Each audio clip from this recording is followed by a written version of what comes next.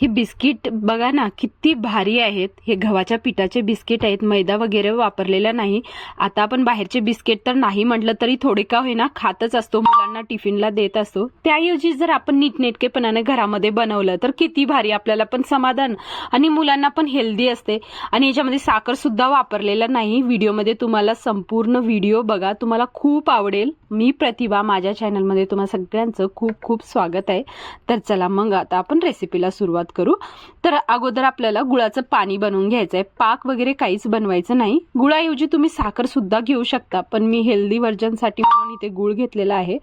तर इथे 1 वाटी चिरून घेतलेलं गुळ घेतलेलं होतं आणि अर्धा वाटी पाणी घेतलेलं आहे मी.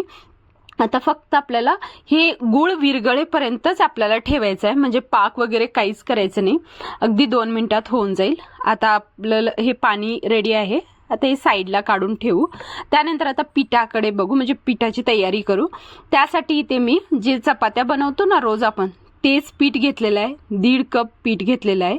अर्धा कप रवा घेतलेला आहे, बारीक रवा. आणि बारीक नसेल तर थोडं मिक्सरमधून फिरून घेऊ शकता.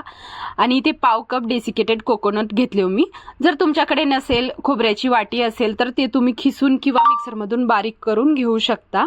आणि 2 चमचे पांढरे तीळ घातले.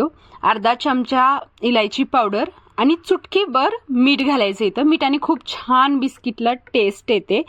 आता सगळे हे कोरडे साहित्य ना अगोदर आपण मिक्स करून घेऊ. तुम्हाला सांगते, माझ्या घरी मी हे 15 दिवसातून एक वेळेस बनवतच असते. खूप भारी आणि पाहायला गेले तर खूप इझी रेसिपी आहे. आता काय करायचं, सगळं मिक्स झाल्यानंतर कोरडे साहित्य चांगले मिक्स झालेत.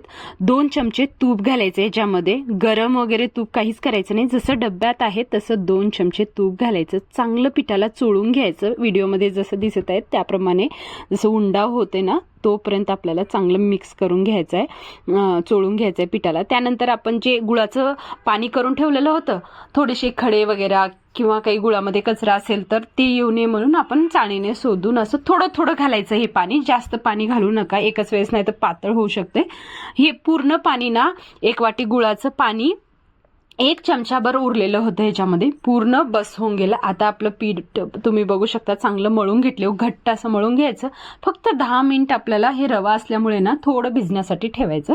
आता 10 मिनिटानंतर असे 2 भाग करून घ्यायचं आणि ह्याचं लांब रोल बनवून घ्यायचं आहे आपल्याला. जास्त हार्ड सुद्धा नाही, फक्त हाताने असं लांब पोळीपाटावर असं लांब रोल बनवून घ्यायचं.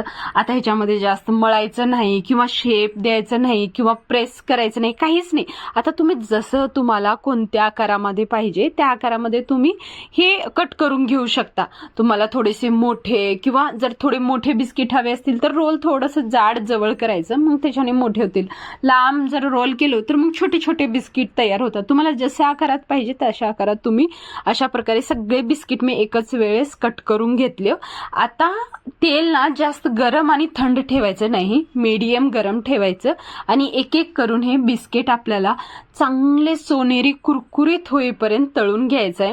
जास्तीत जास्त ना हे बनवायला अर्धा तास लागतो, तर तुम्ही बनवू शकता घरामध्ये. खूप इझी आहे, नीटनेटकेपणानं आपण घरामध्ये बनवतो. खूप भारी कुरकुरीत असे बिस्किट तयार आहेत. बाहेरच्या पेक्षा लाख गुणा भारी म्हणू शकते मी. तुम्हीच व्हिडिओमध्ये बघा किती भारी झालेले आहेत. लाटायचं नाही, काहीच प्रेस करायचं किंवा जास्त मळायचं नाही, काहीच नाही. तर व्हिडिओ कसा वाटला, बिस्किट आवडले असतील तर व्हिडिओला नक्की लाईक करा आणि चॅनलला